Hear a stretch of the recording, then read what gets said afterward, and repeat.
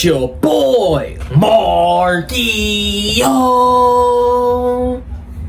And we back at it again with another reaction, man. Today we got LeBron James fan gets torched in the Michael Jordan debate. Obliterated, man. Man, I'm loving these videos, bro, because I've been watching Uncut for the past 2 weeks, and he been coming with none but good information, and everything he's putting out really makes sense to me. You know what I'm saying? It's like he does his research before he even publishes videos.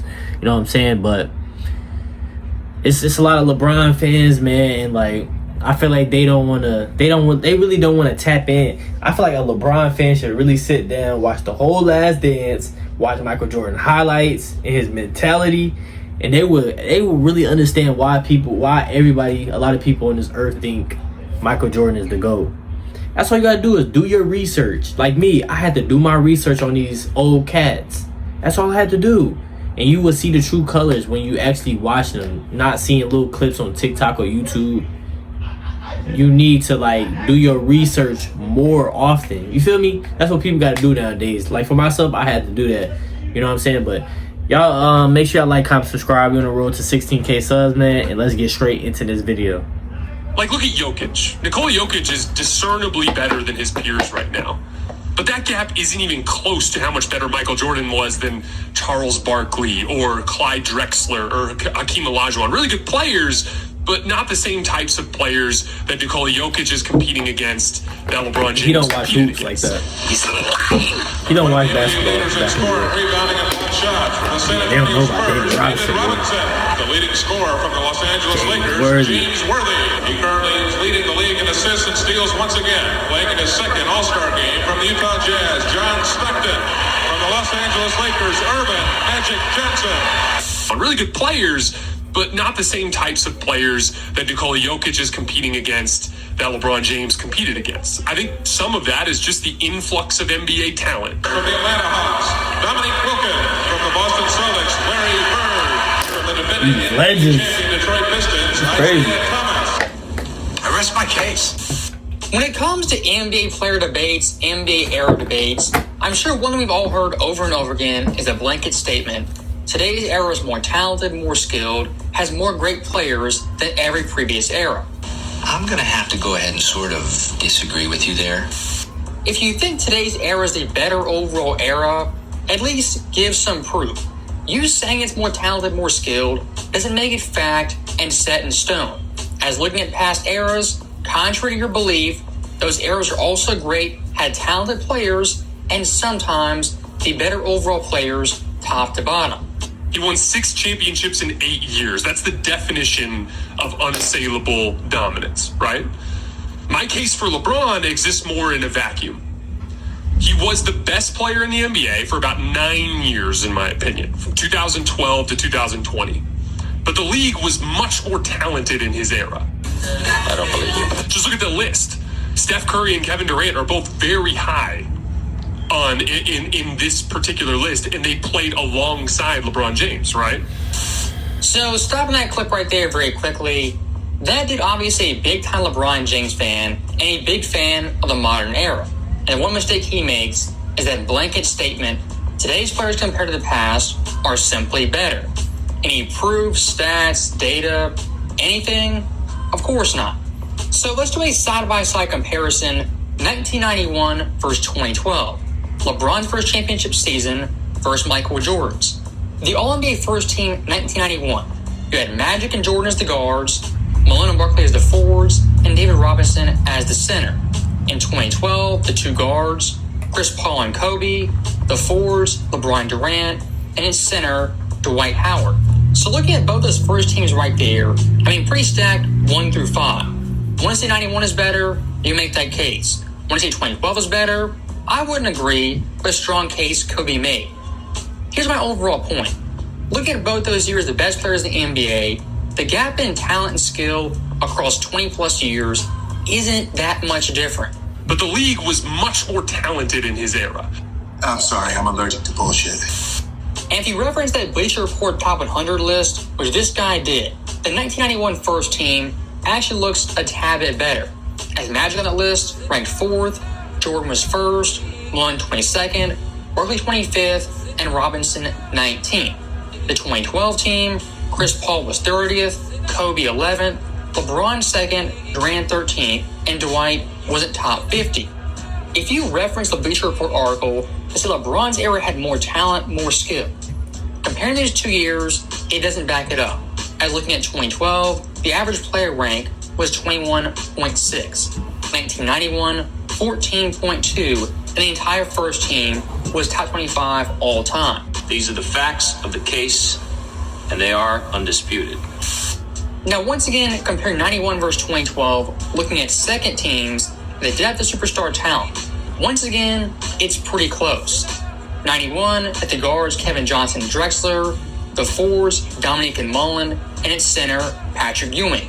Out of those 5 players, the 2 guys aren't top 100 are KJ and Mullen. Chris Mullen, a dream teamer, and then KJ was a solid 20 and 10 for a 7-year stretch. Looking at 2012, Russell Westbrook, Tony Parker, Kevin Love, Blake Griffin, and then Andrew Bynum. Once you get past Westbrook, even Tony Parker, that 2012 second team falls off pretty hard. As someone like Kevin Love, he was a great player, but an all-time great legend. Blake Griffin, kind of the exact same thing. Then someone like Bynum, comparing him versus Ewing, it's a no contest. Bynum in his day, kind of a one-hit wonder, and a fake all-star, and a fake all-NBA player. As of course in the 2010s, the depth at center was pretty piss poor. Second consecutive all-star game, Joakim Noah. Another 2-time all-star, Roy Hibbert. I ain't heard This that. is a 2-pack of ass. Now, last but not least, Roy we have the Hibbert. third team all-NBA finishes. 1991, it's absolutely loaded. The guards, Stockton and Dumars. The forwards, Worthy and King. And at center, Hakeem Olajuwon. Looking at those 5 players right there, all 5 on the Bleacher Report's list were top 100. And guys like Dream and Stockton, of course, top 30. Now looking at 2012, the overall superstar star depth kind of falls off. As looking at the guards, you have Wade and Rondo. The forwards, Dirk and Melo. And at center, Tyson Chandler. When comparing 91 versus 2012 straight up, first team versus first team, second team versus second team, then third team versus third team. All those lists had great players. But for 91, more all-time great players, and superstar-wise, much more depth, especially on the third team. Now, speaking of depth, look at that year's MVP race. First place, Michael Jordan. Second place, Magic. Third, David Robinson. Fourth, Barkley. Fifth, Malone. And sixth, Clyde Drexler. Seventh place, Kevin Johnson, the first non-Hall of Famer. Eighth, Dominique Wilkins. And ninth, Larry Bird. Looking at that list right there, it's absolutely loaded. Besides Larry Bird, all those players at their absolute apex and prime, skill-wise and health-wise. Once MJ really gets going with the Bulls, the NBA takes off. We get the NBA fantastic commercials. And we have this incredible unicorn 15-year run. Bird versus Magic. Jordan, 6 titles. We have the Riley Knicks and Hakeem and Barkley and Isaiah's Pistons, the Blazers, Sean Kemp and GP, Stockton and Malone. On and on and on it went. And it was the watershed time to ever be a basketball fan. It was the most talent concentrated into one area. Everyone's playing super hard. The league was the most fun, I would say, in the late 80s, early 90s. For a lot of NBA fans, NBA historians, love the history of the game. The mid-1980s or 1990s is the golden age of basketball with the most talent we've ever seen. As looking at that era, a great blend of 80s talent who showed their prime, with 90s talent who were entering their prime or the start of their peak. And looking at one year in particular, we have 1988. That year's first team, it's absolutely comical. Point guard, Magic Johnson, best point guard of all time. Shooting guard, Michael Jordan, of course the best shooting guard. Small forward, Larry Joe Bird, debatably the best small forward of all time. Power forward, Charles Barkley, averaging 28 points per game. And then at center, Hakeem Olajuwon.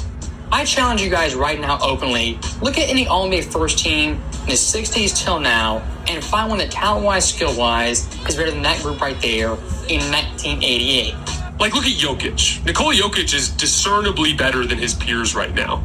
But that gap isn't even close to how much better Michael Jordan was than Charles Barkley or Clyde Drexler or Hakeem Olajuwon. Really good players, but not the same types of players that Nikola Jokic is competing against, that LeBron James competed against. You went full retard, man. So, stopping that right there very quickly, when it comes to MJ's peak, yes, debatably, the highest peak of all time. Me personally, I believe that.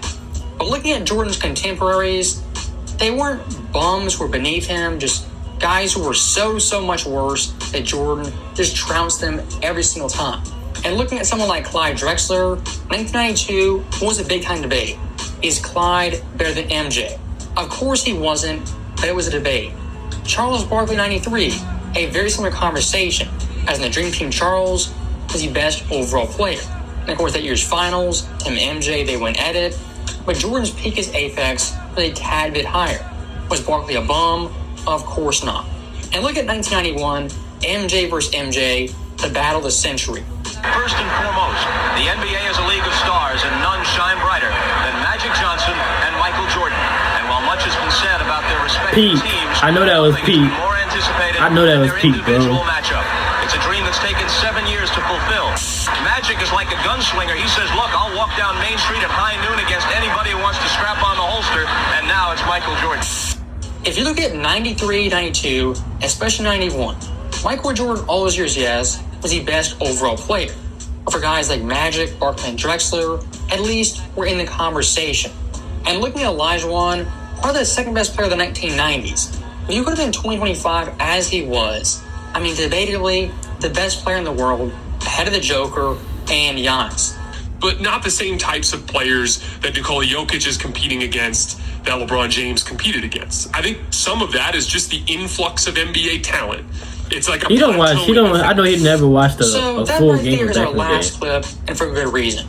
If you want to talk talent influx, look at the 1980s, the mid-1980s. The biggest talent flux of all time came in 84 and 85. As in back-to-back seasons, you had all-time great drafts that were historically loaded. As in 84, an all-time draft. Hakeem Olajuwon, Jordan, Barkley, and John Stockton. In total, 7 All-Stars. 85, Karl Malone, Ewing, Dumars, Chris Mullin, a total of 10 future All-Stars. Looking at those 2 drafts alone, 17 combined All-Stars, and a plethora of guys who are top 20 all time. So that right there is in the video, and I'll say one last thing. When looking through NBA history, recent NBA history, the past 25, 30 years, the talent gap and skill gap is minuscule at best. As always, thank you guys for watching. Hope you enjoy. First and foremost, I just feel like a lot of people in my generation should do their research more. You hear me? I feel like a lot of people in my generation don't do their research on the game of basketball. Let me look up something.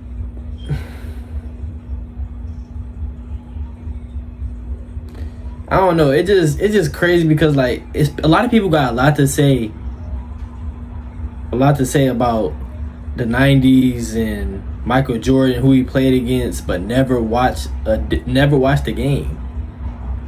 You know what I'm saying?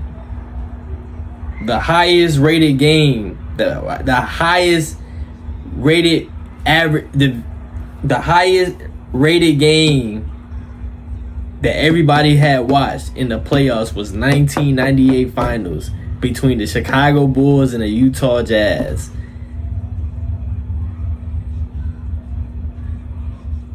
Drew a record. Look, most watched NBA Finals series. Now that's why a lot of people don't watch the game in today's world, because the game is low-key boring, right? So a lot of people say back in the day was probably boring, and today's game probably more fun to watch. But you got to understand, these players back in the day, I'm starting to really start to use my brain a little bit more and starting to realize like they was ahead of their time. You know what I'm saying?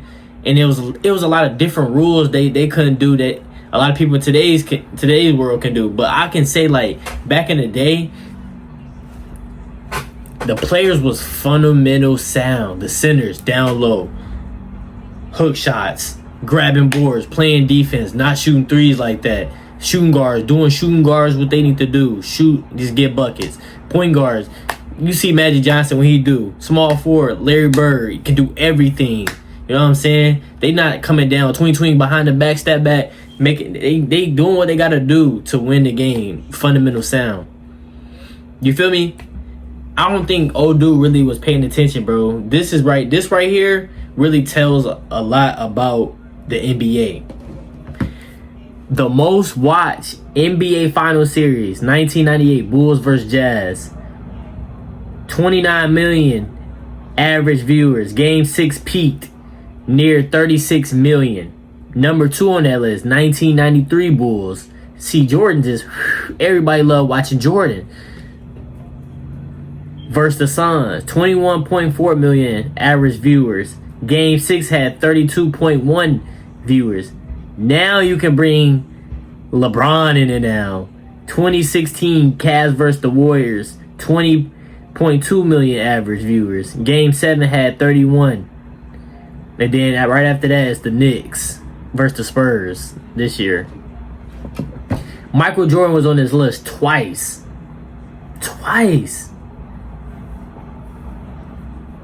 It's like people don't really. I'm fresh. Like, I'm 22 years old, bro. Like, I had to learn a little younger. Like, it's certain things you gotta think before you say things, right? You gotta understand what you finna say before you say it, because somebody can come and demolish that. And the LeBron fan we just watched, I don't think he really know Pete, bro. The All-Star game been lately. Like, this right here, this alone right here is crazy. Like, Michael Jordan versus the Jazz peaked near 36 million. Game 6 was peaking 36 million average viewers. Oh my gosh. And then you got him again for the second, 1993 versus the Suns, Charles Barkley, 32 million. See, that's why I feel like people gotta, nowadays in my generation, gotta do their research a little more before they even try to get in the GOAT debate. Just because you can't just say, oh yeah, LeBron the GOAT. You know what I'm saying? Now, all right, I get it. If you saying like LeBron the GOAT, I never watched Michael Jordan, all right, that's your GOAT.